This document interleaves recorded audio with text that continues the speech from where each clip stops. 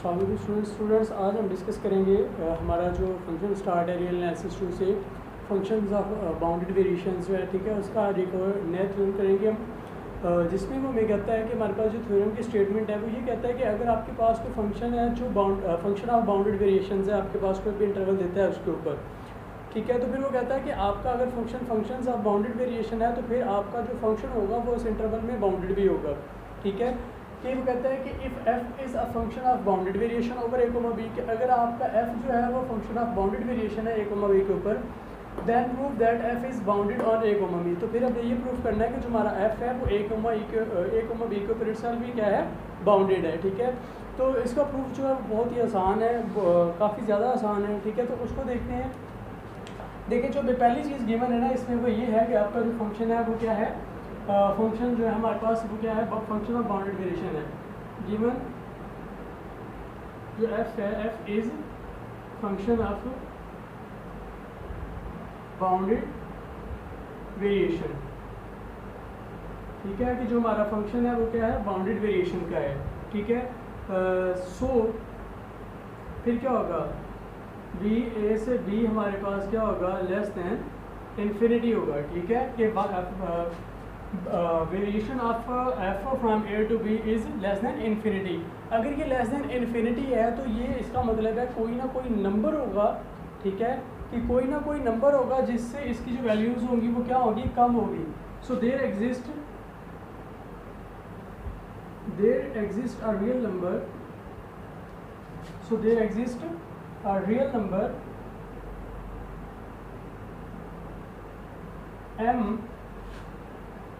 सच that, तो हमारे पास क्या होगा, एक रियल नंबर होगा m, ऐसा रियल नंबर होगा कैसा कि ये जो इसकी जो वैल्यूज़ होंगी v a से b ऑफ f जो होगा वो हमारे पास क्या होगा, less or equal to m होगा, ठीक है। फंक्शन ऑफ बाउंडेड वेरिएशन का मतलब ये है ना कि इसकी जो वेरिएशन होगी वो क्या होगी, एक फाइनाइट नंबर होगा, ठीक है।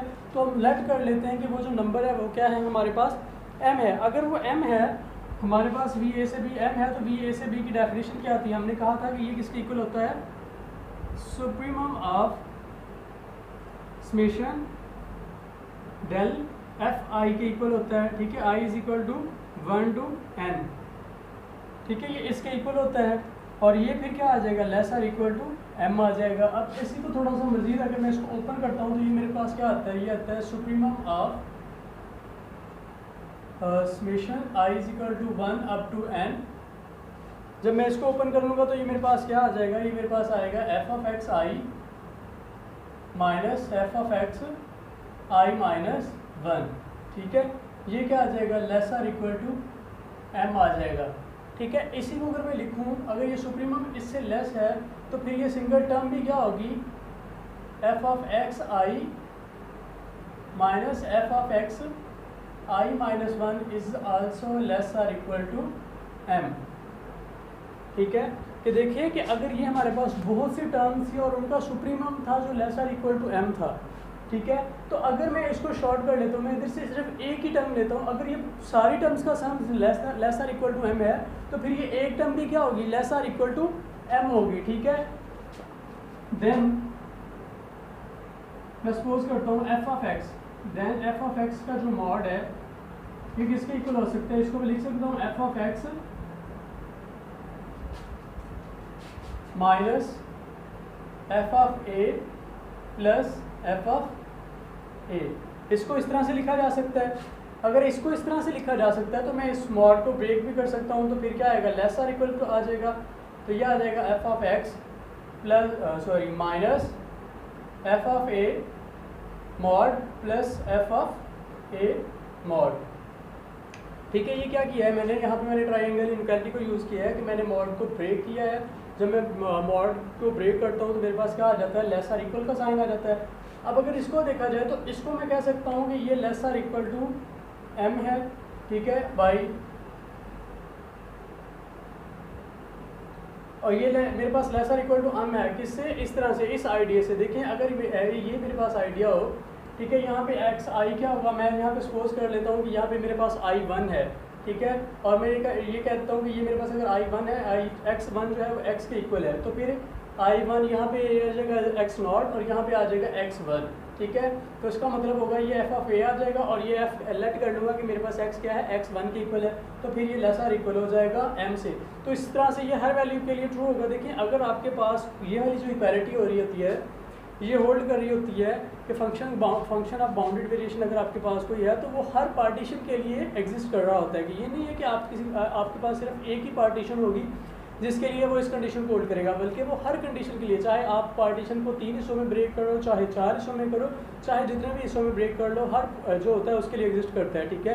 तो फिर इसी आइडिया से मैं ये लिख सकता हूँ कि ये मेरे पास किससे इक्वल लेसर इक्वल टू आएगा, एम आएगा प्लस, और इसको मैं लिख लूँगा एफ ऑफ ए का जो मेरे पास मॉड आ जाएगा वैसे के वैसे, ठीक है। ये मैं क्या लिखूँगा, यहाँ पे मैं लिख लेता हूँ बाई यूजिंग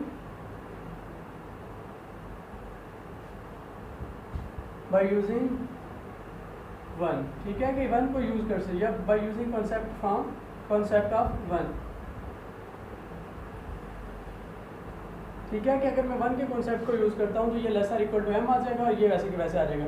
अब देखें ये भी एक फाइनाइट नंबर है, ये भी एक फाइनाइट नंबर होगा, ठीक है। दोनों का जब सम लूँगा तो मेरे पास क्या आएगा, एक फाइनाइट नंबर आएगा। मैं कहता हूँ लेट कर लेता हूँ कि ये मेरे पास किसके इक्वल है, लेट कर लेता हूँ कि ये मेरे पास के डैश के इक्वल है से, ठीक है, कि ये के इक्वल है। तो फिर यहाँ से मेरे पास क्या प्रूफ हुआ, मेरे पास ये प्रूफ हुआ, this implies that F of x to mod होगा वो लेसर इक्वल टू के होगा फॉर ऑल एक्स, ठीक है, एक्स की हर वैल्यू के लिए, for all X belongs to A comma B, ठीक है, for all X belongs to A comma B के लिए ये कंडीशन होल्ड करेगी। अगर ये हर कंडीशन ये होल्ड कर रही है तो ये किस चीज़ की डेफिनेशन है, ये फंक्शन बाउंडेड फंक्शन की डेफिनेशन है। तो this implies that F is bounded, तो हमारे पास क्या होगा, एफ बाउंडेड होगा, ठीक है। ये इसको एक तरीके इस तरह से प्रूफ किया जा सकता है। इसका एक मेथड और है जिससे इसको प्रूफ किया जा सकता है। अब उसको डिस्कस करते हैं कि वो कौन सा मेथड है जिसके ज़रिए से हम इसको प्रूफ कर सकते हैं, ठीक है। तो उसको देखते हैं कि दूसरा मेथड क्या है जिसके ज़रिए से हम इसको प्रूफ कर सकते हैं। अब हम डिस्कस करते हैं इसका जो सेकंड प्रूफ है उसको, ठीक है, कि दूसरी तरह से हम इसको किस तरह से प्रूफ कर सकते हैं। देखिए मैं कंसीडर कर लेता हूँ कि मेरे पास पी जो है वो जो ए कोमा बी की पार्टीशन है इस फॉर्म में है, ठीक है। तो अगर ये उसकी पार्टीशन है तो f of b minus f of a किसके इक्वल होगा, f of x N minus f of x naught के इक्वल होगा, ठीक है। अगर ये इसके इक्वल होगा तो अगर मैं इसकी थोड़ी सी सिंप्लीफिकेशन करता हूँ, ठीक है, मैं क्या करता हूँ, इसी को एफ ऑफ एक्स नॉट को स्टार्ट में ले आता हूँ, एफ ऑफ एक्स वन को ऐड भी करता हूँ, सब्ट्रैक्ट भी करता हूँ, एफ ऑफ एक्स टू को ऐड भी करता हूँ, सब्ट्रैक्ट भी करता हूँ। इसी तरह से सारी टर्म्स को मैं ऐड भी करता हूँ, सब्ट्रैक्ट भी करता जाता हूँ, और मेरे पास जो लास्ट टर्म आती है वो मेरे पास क्या आ जाती है, एफ ऑफ एक्स एन आ जाती है, ठीक है। अब मेरे पास ये जो sorry F of x N minus one जो होगी इसकी लास्ट जो टर्म होगी जिसको मैंने ऐड और सब्ट्रैक्ट किया गया, और उसके बाद जो मेरे पास टर्म रह जाती है वो एफ ऑफ एक्स एन रह जाती है, ठीक है। अब मैं इसको थोड़ा सा सिंप्लीफाई करता हूँ। मैं क्या करता हूँ, इसका पेयर बना देता हूँ, इसका पेयर बना देता हूँ, और इसी तरह से अगली जो टर्म्स हैं उनका पेयर बनाता हूँ। तो मेरे पास में कुछ इस तरह की पेयरिंग आती है, F of x one minus f of x naught, f of x two minus f of x one plus so on f of x N minus f of x N minus one आ जाता है, ठीक है। मैं mod को जो है अलग से अप्लाई करता हूँ तो मेरे पास लेसर इक्वल आ जाता है, और ये मेरे पास बन जाता है ये फॉर्म और ये फॉर्म आ जाती है, ठीक है। अब ये मेरे पास डेल एफ वन के इक्वल है, डेल एफ टू के इक्वल है, और इसी तरह से ये डेल एफ एन के इक्वल है। अब ये मेरे पास किसके इक्वल है, समेशन डेल एफ आई के इक्वल आ जाता है, ठीक है। अब मेरे पास ये डेल एफ आई के इक्वल है। मैं बोथ साइड्स पे अगर मैं इसको लिख सकता हूँ कि फिर ये मेरा क्या है, इससे लेसर इक्वल है, क्योंकि बेसिक साइन जो चल रहा था वो किसका चल रहा था, लेसर इक्वल का चल रहा था। अब मेरे पास ये चीज़ जो आ जाती है, इसको मैंने इस फॉर्म में लिखने के बाद मैं क्या करता हूँ कि बोथ साइड्स पे सुप्रीमम लेता हूँ, ठीक है। सुप्रीमम लेने के बाद ये चीज़ मेरी बन जाती है V F of A comma B, और इसका सुप्रीमम मैं फिर क्या कर देता हूँ, ख़त्म करता हूँ। तो अगर ये सुप्रीमम इसका इससे छोटा है, ठीक है, अगर इसका सुप्रीमम इससे छोटा है तो फिर ये टर्म भी बजाते खुद क्या होगी, उससे छोटी होगी या उसके इक्वल होगी। तो इस तरह से एफ ऑफ जो हमारे पास एफ है, F is a function of bounded variation, क्योंकि हमने कहा कि हमारा जो एफ है वो क्या है, फंक्शन ऑफ बाउंडेड वेरिएशन है। तो ये जो मेरे पास क्वांटिटी आएगी ये क्या होगी, फाइनाइट नंबर होगी। अगर ये फाइनाइट है तो ये एक फाइनाइट नंबर से लेसर इक्वल है, तो इसका मतलब होगा कि ये जो डिफरेंस है ये भी मेरे पास क्या है, फाइनाइट होगा। तो वो ये कहता है कि अगर वी एफ इज फाइनाइट है तो this implies that one is finite, तो वन मेरी ये जो इक्वेशन है ये भी क्या होगी, फाइनाइट होगी। देखिए अगर ये फाइनाइट है कि मैं फंक्शन की बड़ी वैल्यू में से छोटी को माइनस कर रहा हूँ और मेरे पास देखिए जब आप इस फंक्शन की वैल्यूज़ का डिफरेंस लेते हैं और आपके पास फाइनाइट नंबर आता है तो इसका मतलब है कि आपका फंक्शन क्या है, बाउंडेड है। देखिए अगर आपके पास डिफरेंस ही फाइनाइट नहीं आ रहा है तो इसका मतलब है कि आपका जो फंक्शन है वो फाइनाइट नंबर नहीं है, वो क्या है, इनफाइनाइट है, ठीक है, और वो मतलब बाउंडेड नहीं है। अब मेरे पास इन्फिनिटी होगी, इन्फिनिटी में से मैं कुछ माइनस करूँगा तो मेरे पास अगर यह इन्फिनिटी में मैं कुछ ऐड करूँगा तो मेरे पास आंसर इन्फिनिटी आएगा, फाइनाइट नंबर नहीं आएगा। तो यहाँ पे मेरे पास फाइनाइट नंबर आ रहा है जिसकी वजह से मैं कह सकता हूँ कि जो मेरा फंक्शन है वो क्या है, बाउंडेड है, ठीक है। तो इंशाल्लाह हम अपना जो नेक्स्ट लेक्चर होगा उसमें एक नए थ्योरम के साथ मिलेंगे। तब तक के लिए अल्लाह हाफिज़।